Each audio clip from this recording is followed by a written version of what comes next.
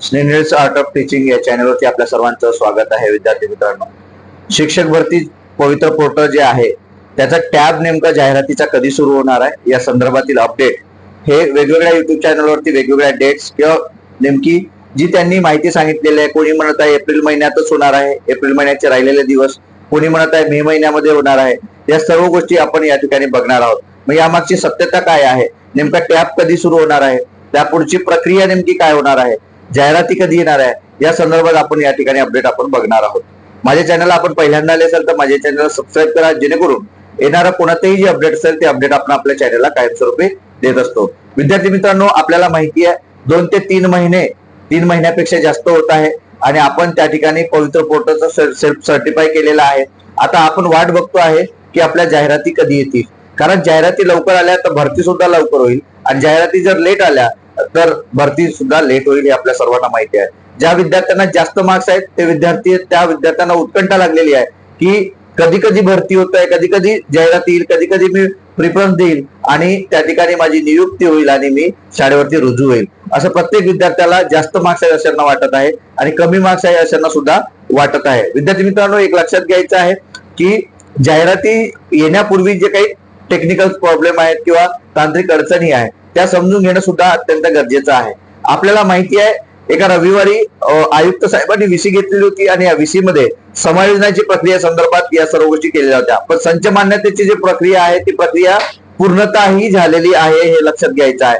राहिला मुद्दा आता संच मान्यतेनंतर समायोजनाचा. तर समायोजना जेव्हापर्यंत होणार नाही तेव्हापर्यंत जे रिक्त जागा आहेत त्या रिक्त जागा जेव्हापर्यंत समायोजन होणार नाही तेव्हापर्यंत आपल्याला फायनल रिक्त जागा कधी करणार आहेत, म्हणजे कधी येतील, म्हणजे किती येतील हे आपल्याला समजणार नाही. आणि ज्या वेळेला फायनल रिक्त जागा आपल्याला समजतील त्यावेळेला मात्र टॅब येईल, म्हणजे पवित्र पोर्टलला टॅब दिला जाईल. पण हा टॅब कशासाठी, तर हा टॅब जाहिरातीसाठी. पण त्यापूर्वीही एक परिपत्रक किंवा जाहिरात येईल की सर्व संस्था किंवा झेडपी किंवा बाकी ज्या काही गोष्टी आहेत त्यांना जाहिरात देण्याकरिता मुदत दिली जाणार 5 दिवस किंवा 6 दिवस.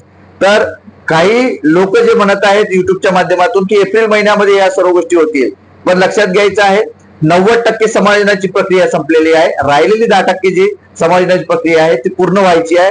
कोणत्या कोणत्या शाळांमध्ये किंवा कोणत्या तालुक्यामध्ये याचे प्रॉब्लेम्स आहेत त्यामुळे ते झालेले नाही. त्यामुळे सर्व समायोजनाची प्रक्रिया झाल्याशिवाय या गोष्टी करता येत नाही. त्यामुळं आपले सर्व विद्यार्थ्यांना सांगू इच्छितो की ही जी जाहिरात आहे या जाहिरातीचं परिपत्रक पहिल्यांदा निघेल आणि त्यानंतर म्हणजे या एप्रिल महिन्यात निघेल का तर नाही. आपल्याला माहिती आहे आज 20 तारीख आहे, राहिलेले 10 दिवस आहे. 10 दिवसामध्ये या प्रक्रिया पूर्ण होईल का, अजिबात होणार नाही. एप्रिल मध्ये कोणत्याही पद्धतीने टॅब सुरू होणार नाही.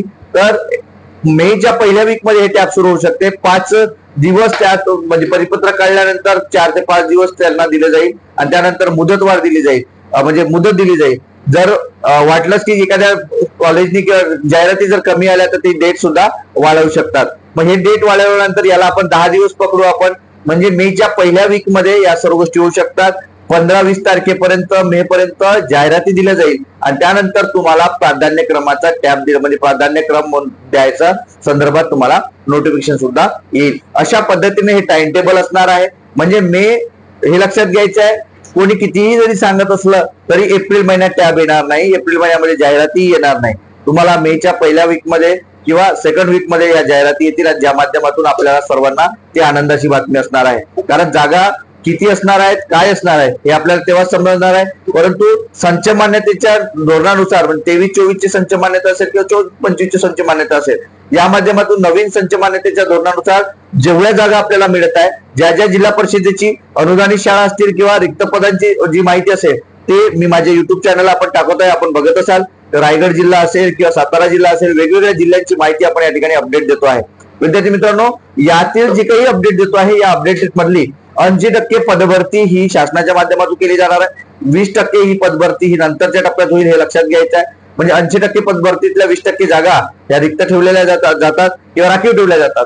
तर यामुळे आपल्या सर्वांना चांगली संधी उपलब्ध होणार आहे. हे समजून घेणं अत्यंत गरजेचं आहे. कारण नेमकी सत्यता काय होती हे सुद्धा समजून घेणं गरजेचं आहे. कारण एप्रिल मध्ये ही प्रक्रियाच पूर्ण होणार नाहीये, म्हणून कितीही कोणी काही सांगत असेल तरी ही लक्षात घ्यायचं आहे. मे महिन्यात या सर्व गोष्टी होऊ शकते. त्यासाठीच अपडेटसाठी व्हिडिओ बनवलेला होता. हा व्हिडिओ ही माहिती आपल्याला नेमकी कशी वाटली हे नक्की कमेंट बॉक्स मध्ये कळवा आणि अशाच अपडेट करता माझ्या या चॅनलला मात्र सबस्क्राईब करा. धन्यवाद.